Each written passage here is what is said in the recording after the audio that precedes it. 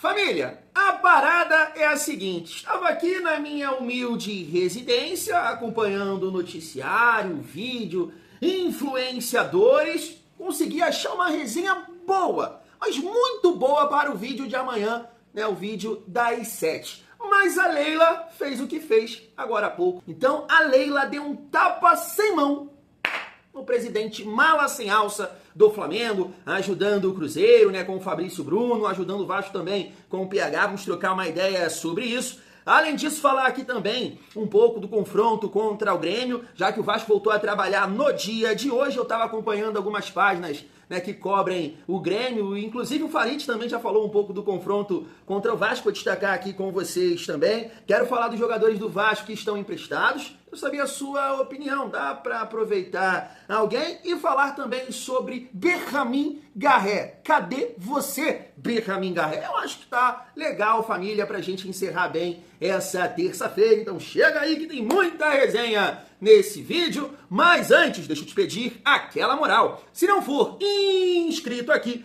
no canal Vasco em Família, se inscreve, deixa o like, ativa o sininho, comenta, hypa o vídeo para fortalecer o trabalho do Thiagão e dar aquela moral aqui para o canal Vasco em Família, que é o que, Thiagão? Mais moral? Fecha com a Água Case, se liga nessa bela garrafa aqui para o seu dia a dia. O copo Life também, não, falei errado, é o copo Vibe. Olha só, família, se você quiser o copo Life, esse aqui eu pedi para minha filha, ó.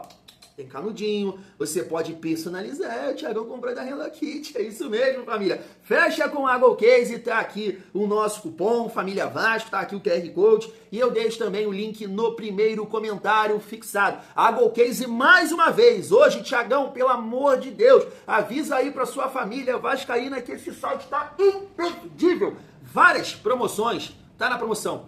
Tá na promoção. Esse aqui também tá na promoção. De 260 por 130. Isso aqui eu lembro de cabeça. Então fecha com o case e utiliza aqui o nosso cupom Família Vasco. Vai estar ajudando demais o trabalho do Thiagão. Vamos seguir a nossa resenha. Deixa eu falar com vocês sobre aqui, ó, a lista de jogadores do Vasco emprestados até o fim desse ano. JP, Lucas Eduardo, Maxime Domingues, Maicon, Juan Esforza e Alexander. É o goleiro, né? Acho que sim. Eles colocaram aqui como um asterisco, né? Porque jogadores que terminam o contrato agora, né? Que é o caso do Maicon, que provavelmente vai renovar e vai jogar a primeira divisão do ano que vem. E o goleiro, eu acho que é o goleiro, né? Botar um tempão no Vasco, ele também, assim, não dá, né? A família vascaína. Cara, eu vou te falar aqui, eu acho que ninguém vai discordar de mim. O JP, né? JP, o Esforza eu não vejo, né? Com bola pra jogar no Vasco. E já falei isso aqui algumas vezes, né? Pra galera que chegar aqui agora, vou falar rapidamente. Ele é mole, ele é lento, ele carrega o mundo nas costas dele. Então não tem encaixe nesse Vasco. Ele não tem, mas de forma nenhuma. O Vasco pagou 26 milhões no Esforza e eu acho que vai ser muito difícil, tá? Recuperar isso aí, porque foi emprestado agora pro Juventude. Não sei se está jogando, né? Deve estar entrando um jogo ou outro, porque justamente, né, é aquilo, um time que tá brigando para não cair, que não tem tanta técnica, vai buscar o quê? Força, intensidade, beleza, tem o Nenê lá que jogou contra a gente, inclusive fez gol, mas tinha o Jadson, aí o Kaique, é o Mandaca que entra, é um tal de Peixoto, é uma galera que, né, tem mais tesão que o Esforza. Esforza é um jogador que tem boa técnica, tem lançamento, mas, cara, é muito difícil. Tem que jogar para lá, para os Estados Unidos, e eu acho muito difícil o Vasco recuperar aqui esse investimento que fez nesse jogador. Então, de todos esses aqui, tem o Maxime também, que o Vasco fez investimento e foi nessa atual gestão. Me parece que tá jogando lá, mas também sem muito sucesso, né? Não tem, assim, números, né? Podemos falar interessantes, mas, né, a gente não pode se basear somente pelos números. Não tô assistindo ele jogar, mas não tem tantas assistências e nem gols. Lá no Toronto FC, e o JP eu acho que é um jogador que vai acabar permanecendo no ano que vem por ser versátil, né, família? Ele pode quebrar o galho de terceiro homem, ele joga de segundo volante, então de repente vai ficar num primeiro momento, o Diniz vai observar de perto, trabalhar com ele, e depois, né, se for o caso, né, emprestar o jogador, entendo que vai ser dessa forma. Mas deixa aqui nos comentários. Deixa eu falar com vocês sobre essa matéria aqui do GE, sobre o Berramin Garré. Tá aí, ó. Contratado com grande expectativa, Berramin Garré soma apenas 10 minutos em campo nos últimos 3 meses. O meio atacante, adquirido por cerca de 15 milhões, era visto com mais esperança pela diretoria que Nuno Moreira, internamente. Há um entendimento de que o argentino ainda não se adaptou ao futebol brasileiro, O Gigarré está no fim da fila nas opções da comissão técnica. Pela direita, Arrayán e Andrés Gomes, enquanto Coutinho, Matheus França e Nuno Moreira podem atuar na faixa central. Pelo Vasco, o Garré acumula 21 jogos, 663 minutos, com 0 gols, 1 assistência e nenhuma finalização ao gol. Realmente o negócio tá feio aqui para o Garré, mas isso aqui eu não sabia, né? Será que de fato é uma informação correta, né? Que a diretoria enxergava o Garré com mais potencial? De repente até sim, né, família? Por ser um jogador sul-americano, argentino, né, que já jogou por aqui, digo, no país dele, o Nuno, um jogador europeu, que sai de um clima, né, totalmente diferente do daqui do Brasil, apesar que o Garré também estava jogando na Rússia, né? Aí um frio, deve ser difícil lá. Mas assim, tá aqui um jogador que eu falo com vocês, né? Algumas vezes eu comento isso aqui com vocês. Cara, eu não acho o Garré ruim de bola. Eu não acho o Garré esse cara pavoroso. Eu não sei, cara, se é uma questão física, deve ser realmente, a questão da adaptação que eles comentaram aqui. Eu vejo sim, assim, um potencial no Garré. Tem que ter sequência, tem que estar mais adaptado e tem que estar bem fisicamente, né? Porque não estava bem. Tá faltando força pro Garré, arranque. Não adianta, né? Você lembra dele em campo? Ele ficava ciscando ali com a perna esquerda, aquele, né? Quem joga bola sabe, fica assim e não tem força. Não acertava um drible, porque ele ficava, o cara não tomava a bola dele, ou ele não tem a condição de o drible arrancar sem força. Então eu acho que ele colocando, né, essas questões que eu tô pontuando aqui, força, adaptação e tudo mais. Cara, companheiros, eu acredito que ele tá bem adaptado. Eu vi um outro dia aí, né, que a galera foi na festa da filha dele, férias também, né, passou com o Coutinho, o Verratti, aquela parada que teve aí. Então, nesse sentido, eu acho que tá bem adaptado. Cara, eu acredito que ele pode render no ano que vem. Assim, e aí a gente tem que ter, né, no caso a gente tem que ter, não, o Diniz, né, deve ter o entendimento de trabalhar o planejamento para o ano que vem e se de fato vai contar com o Garré, porque aí você tem que pesar, você tem que analisar quem vai ficar, vai dar para ficar com o Andrés Gomes e tudo mais, e na faixa central de campo tem um Estrela, o JP vai voltar, então vou trabalhar como com o Garré, porque realmente se continuar dessa forma, aí, cara, é melhor você buscar um outro clube para o Garré, para ele tentar jogar e você também tentar recuperar a parte ou o investimento que você fez no meia argentino. Não é isso, família? Mas me conta aí o que você acha sobre o Garré. Seguindo a nossa resenha, deixa eu destacar aqui, perdão com vocês, que o Vasco voltou a trabalhar hoje, mostrar aqui algumas imagens, né? O Robert Renan, tá aqui também o GB e o Arrayán, né? O Arrayán que está sendo bastante cobrado aí nos últimos jogos, apesar de ter guardado, né? Contra o Juventude, deixou o dele ali. Arrayán que chegou a 12 gols, né, na competição. Uma marca bem bacana aí pro nosso artilheiro Arrayán. A gente espera uma outra postura, né, família? Muito se falou durante esses dias da cobrança que o Pedrinho fez, comissão técnica também, segundo o canal na torcida Vascaínos. Teve discussão, né, cobrança individualmente falando com alguns jogadores que, né, performaram, e eu até imagino assim, uma galera que foi cobrada nesse sentido, mas a gente espera uma outra postura diante do Grêmio, né? A gente estava debatendo agora no grupo de membros, né? E, cara, isso faz parte de alguns vascaínos, eu não vou criticar, não. Mas a galera tá, caramba, 2 jogos fora, se o Vasco perder pode começar a se complicar, tá a 9 pontos ali do Z4. Não, vamos ganhar do Grêmio e vamos ganhar do melhor mandante da competição. É isso que a gente precisa colocar na mente, principalmente, claro, quem vai entrar em campo. Deixa eu trazer aqui rapidamente o Farid para destacar aqui uma visão dos torcedores do Grêmio em relação a essa sequência que o Grêmio tem na competição e pegar aqui algumas opiniões. Se liga só. Quero dizer aqui, ó, de primeira, assim, ó, o Grêmio, o Sérgio disse bem, o Grêmio deixou de ganhar por causa do Volpi. Opa! Deixou de ganhar por causa do Volpi. Frangueiro! Opa! Frangueiro, Volpi.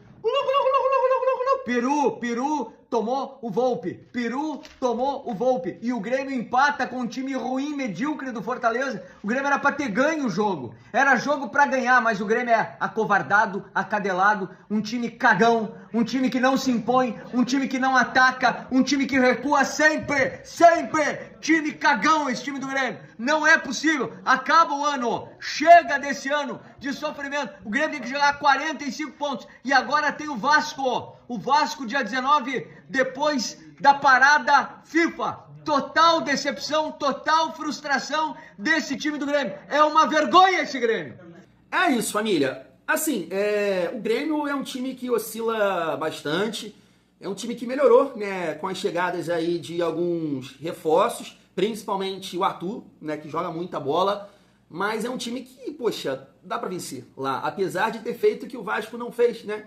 Ganhou com uma certa facilidade ali do Juventude, 3-1, e o Vasco perdeu por 3-1 jogando em casa. Mas eu tava vendo aqui essa página, e assim, essa reclamação ali, esse desabafo do Farid, mostra também, né, o momento do Grêmio em relação a goleiro, opções, diretoria. Então dá pra gente ganhar, mas de fato vai ser um jogo assim de 6 pontos, né? Porque o Grêmio vencendo o Vasco, ultrapassa o Vasco e tem essa, né, resenha aí de pré-Libertadores. O Grêmio, né, continua sonhando com isso, sim, você pode ter certeza. Pode ter G8, pode ter G9 se o Galo continuar subindo e ganhar a Sul-Americana. Então assim, vai ser um jogo que o Grêmio vai entrar jogando, não vou dizer a vida como foi o Juventude, mas com essa responsabilidade de pensar no ano que vem. A gente espera que o Vasco possa focar também nessa partida e, cara, a Copa do Brasil tá longe, né? Vamos viver o momento, porque o momento é importante para trazer essa confiança para dezembro. Então a galera colocou aqui, né? Encontre 6 pontos nos próximos jogos do Grêmio. Na verdade, essa postagem aqui estava até pontuando Fortaleza, mas acabou, de fato, empatando e conquistou 1 ponto. Mas o que me chamou a atenção foi aqui os comentários. Teve um até que falou aqui que, né, o Grêmio poderia ter a possibilidade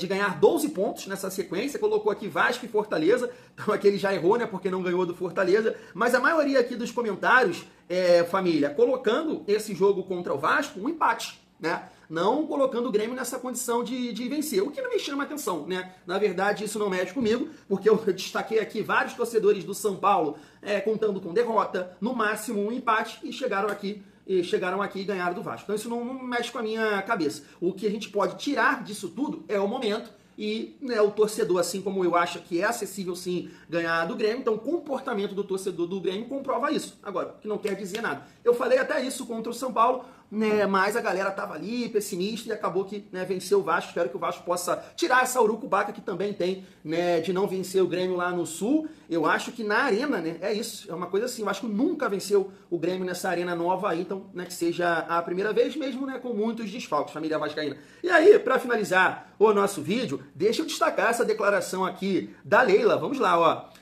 O Pedrinho, dono da SAF do Cruzeiro, e o Pedrinho, presidente do Vasco, entraram em contato comigo para perguntar se eu poderia trazer outros atletas juntamente com Vitor Roque no meu avião. Respondi prontamente que sim, que o Fabrício Bruno e o Paulo Henrique poderiam voltar conosco ao Brasil sem problema algum.